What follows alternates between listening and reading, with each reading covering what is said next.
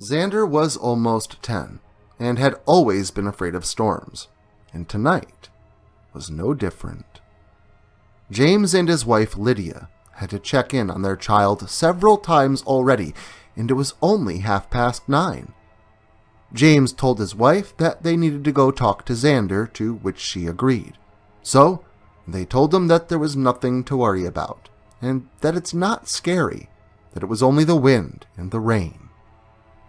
Xander said it was scary, but even more so when the tapping on his windows started. James and Lydia looked at his window kinda worried for a moment, but then, seeing that it was just one of the branches from their tree that had been tapping on the window. After showing him that it was just the tree, they told their son that he needed to go lie down and get some rest. Lydia and James returned to their room and started to talk to pass the time.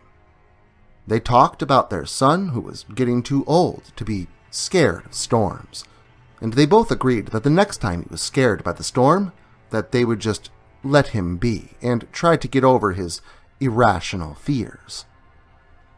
They talked for a little while longer, and then they lied down for about an hour.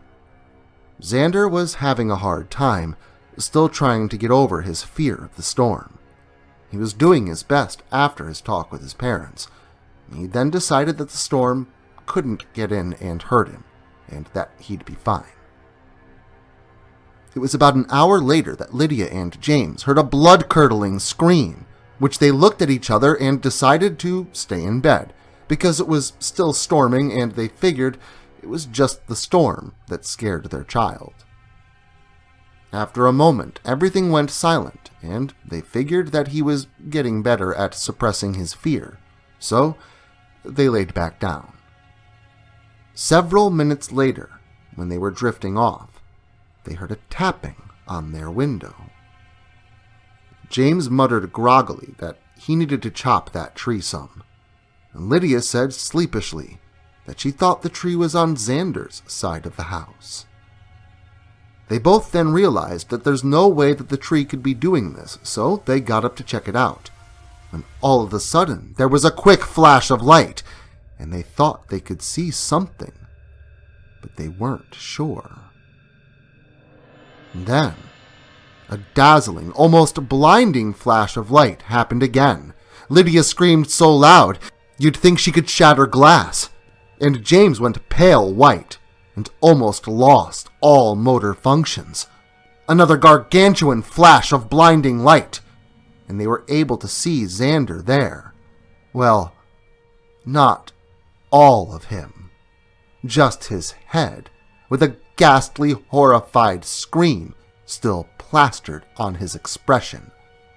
They both then heard a voice behind them saying, "They should have listened to their son, and that he'd still be alive, but now the whole family has to die." They both turned to see a ghastly figure. It had long, thin, bony hands that led up to sickeningly slender arms. Its legs were wrong. Its knees were like a dog's hind legs. You couldn't tell if it had eyes, because even if it did, it had a crooked smile full of rows of sharp, tiny, pointed teeth, which were still stained with blood. Lydia and James screamed once more, before being silenced. The thing cackled, saying, "Man, that was so scary. I almost lost my head."